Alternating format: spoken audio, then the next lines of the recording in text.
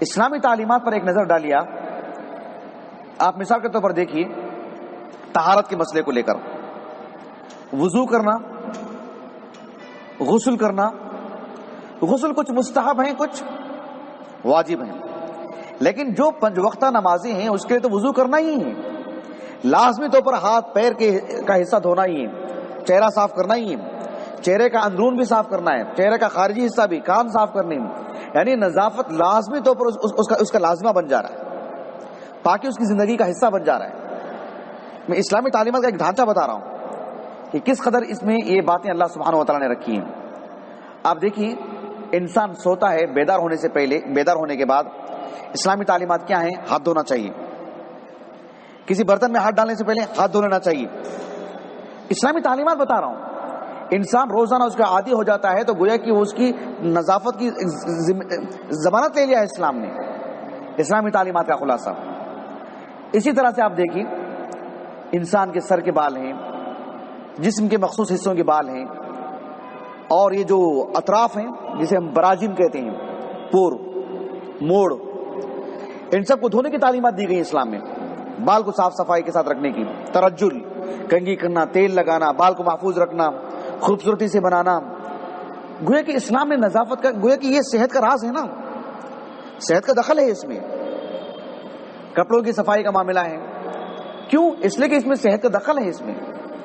تو اسلام نے گھر سے متعلق، حتیٰ کہ جو ہے کنویں سے متعلق کہ پانی گدلا نہ ہو جائے اور جو ہے پانی پینے کے برتن ڈھکے ہوئے رہیں، کھلے نہ رہیں، کیوں اسلام نے یہ سب باتیں بتائی ہیں؟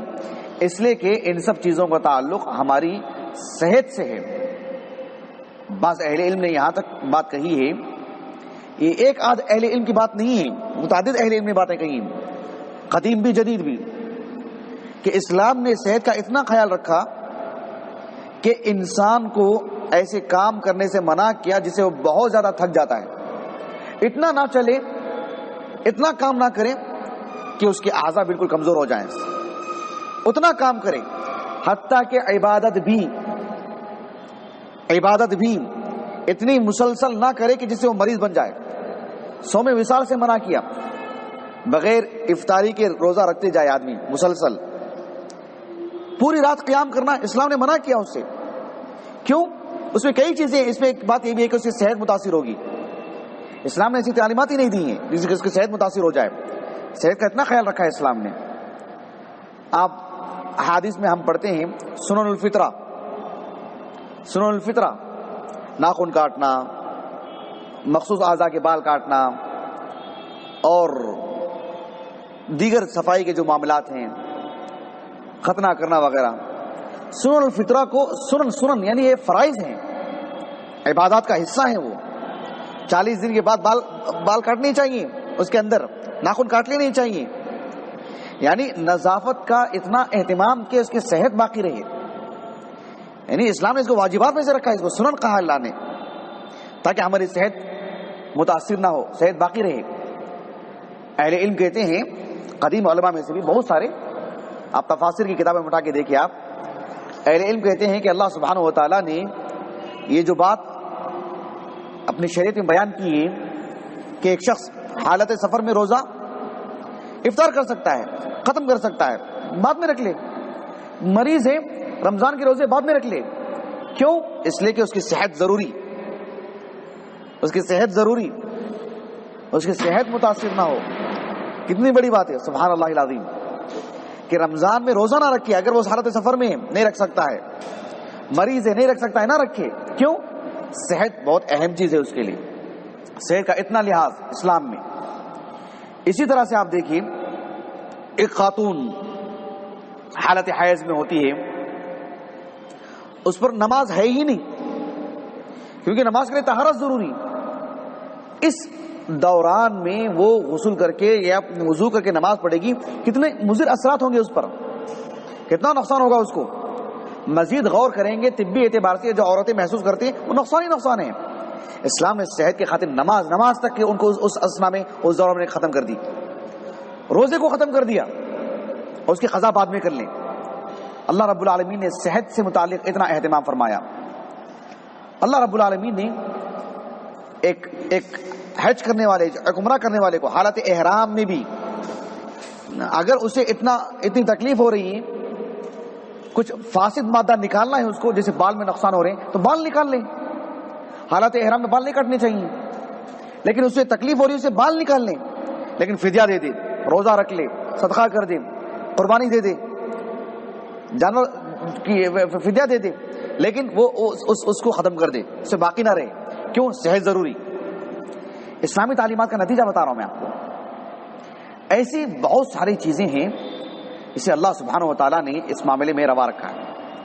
کھانے پینے کی اشیاء لے لیجیے, اللہ نے حرام چیزوں کو, خنزیر کو, شراب کو, مردار کو اللہ نے حرام قرار دیا ہے.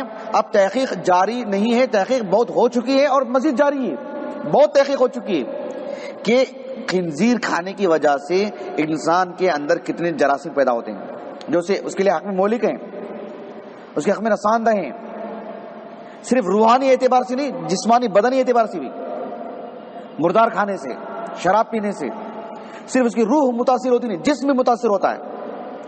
اسلام نے ایسی غذاؤں کو حرام قرار دیا.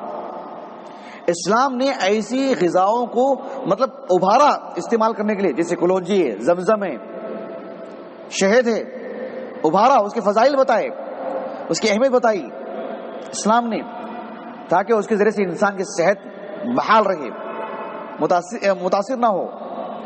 تو آپ سبحان اللہ دیکھیے اسلامی تعلیمات کا معاملہ کیسے ہے. حتیٰ کہ آپ دیکھیے کھانے پینے کے معاملے میں بھی اسلام نے میانہ روی کو اپنایا. اتنا نہ کھا لے, اتنا نہ پی لے کہ جو ہے اسے سانس لینا مشکل ہو جائے, سانس لینا مشکل ہو جائے, پھر اس کا چلنا پھرنا مشکل ہو جائے, لیٹا ہوا ہے جلدی سے بیٹھنا مشکل ہو جائے, اس کو چلنا پھرنا مشکل ہو جائے. کہا کہ نہیں, اتنا کھائیں جس کی آپ کی صحت باقی رہے, جس کے آپ کے سارے کام آپ ایکٹیو رہ سکیں. یہ اسلامی تعلیمات کا نتیجہ ہے, سبحان اللہ العظیم. اسی لیے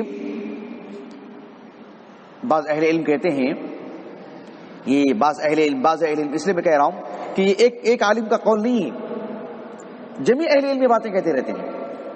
شارحین حدیث کو دیکھ لیں آپ, قدیم بھی جدید بھی, کہ اللہ رب العالمین نے سال بھر میں رمضان کے روزوں کو واجب قرار دیا ہے. وہ ایک مستقل عبادت ہے, لیکن اس کا ایک فائدہ صحت سے متعلق بھی ہے. مہینے میں ایام 20, 13, 14, 15 کے روزے اللہ نے رکھے ہیں مستحب, وہ مہینے کا فائدہ ہے. وہ ہفتے میں 2 دن روزے ہیں, نفل روزے, جمعرات اور پیر کا. اگر کوئی اس کا اہتمام کرتے ہوئے چلتا ہے واقعاتاً فی نفسی, اس سے پوچھیں اس کی صحت کیسی ہے. یہ اسلامی تعلیمات کا نتیجہ ہے, سبحان اللہ العظیم. اللہ رب العالمین نے صحت کے لیے آپ دیکھیے جہاں تعاون ہو, اب اللہ کی تقدیر پر راضی رہ جائیں وہیں پہ, لیکن آپ باہر ہیں تو باہر ہی رہے, خواہ مخواہ کا مت جائیے. روکا اسلام نے صحت کے لیے. کسی کا مرض ایسا ہے متعدی ہے, اللہ رب العالمین نے اس مرض ہی میں ایسا رکھا ہے کہ وہ پھیل جائے گی, وہ اس کے قریب نہ جائیں, بچ کے رہیں, اس سے گریز کریں. تو یہ سب چیزیں بتاتی ہیں کہ اسلامی تعلیمات کا نتیجہ ہے کہ یہ کتنی اہم چیز ہے.